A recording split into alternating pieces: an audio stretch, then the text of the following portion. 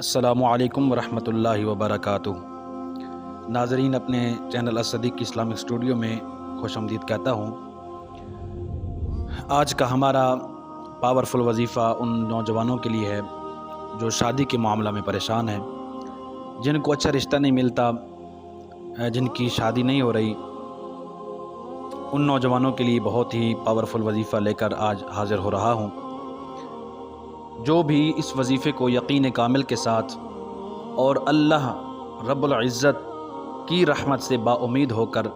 جو بھی اس وظیفے کو پڑھے گا، اللہ رب العزت ضرور اس کی مراد کو پورا فرمائے گا اور بہت ہی جلد اس کا اچھا رشتہ ہو جائے گا اور اس کی شادی جلدی ہو جائے گی۔ تو ناظرین، چلتے ہیں آج کے وظیفہ کی طرف، اور اس سے پہلے گزارش کہ میرے اس چینل کو جن دوستوں نے، جن ناظرین نے سبسکرائب نہیں کیا تو وہ اس چینل کو سبسکرائب فرما دیں اور ساتھ بیل آئیکن کو پریس کر دیں تاکہ میری ہر آنے والی نئی ویڈیو سب سے پہلے آپ تک پہنچ سکے۔ تو ناظرین، وظیفہ یہ ہے کہ جس نوجوان کا یہ مسئلہ ہے اس کو چاہیے وہ روزانہ عشاء کی نماز کے بعد از نماز عشاء، یعنی عشاء کی نماز پڑھنے کے بعد وہ 2 رکعت نفل 2 رکعت ادا کرے، اس طریقہ سے کہ ہر رکعت میں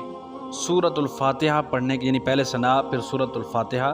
اور سورۃ فاتحہ کے بعد 11 مرتبہ سورۃ اخلاص پڑھنی ہے۔ قل هو اللہ احد اللہ الصمد لم یلد ولم یولد ولم یکن لہ کفوا احد، یہ سورت آپ نے 11 مرتبہ ہر رکعت میں پڑھنی ہے۔ اس طرح آپ نے 2 رکعت نفل ادا کرنے ہیں عشاء کی نماز کے بعد روزانہ، اور پھر اس کے بعد آپ نے 3 مرتبہ درود پاک پڑھنا ہے نبی اکرم صلی اللہ تعالی علیہ وآلہ وسلم کی ذات بابرکت پر۔ وہ درود پاک جو آپ کو یاد ہو، جو آپ آسانی سے پڑھ سکتے ہوں، وہ درود پاک آپ نے پڑھ لینا ہے 3 مرتبہ، اور اس کے بعد آپ نے 129 مرتبہ 129 مرتبہ آپ نے اللہ رب العزت کا یہ نام پڑھنا ہے، یا لطیف یا لطیف یا لطیف۔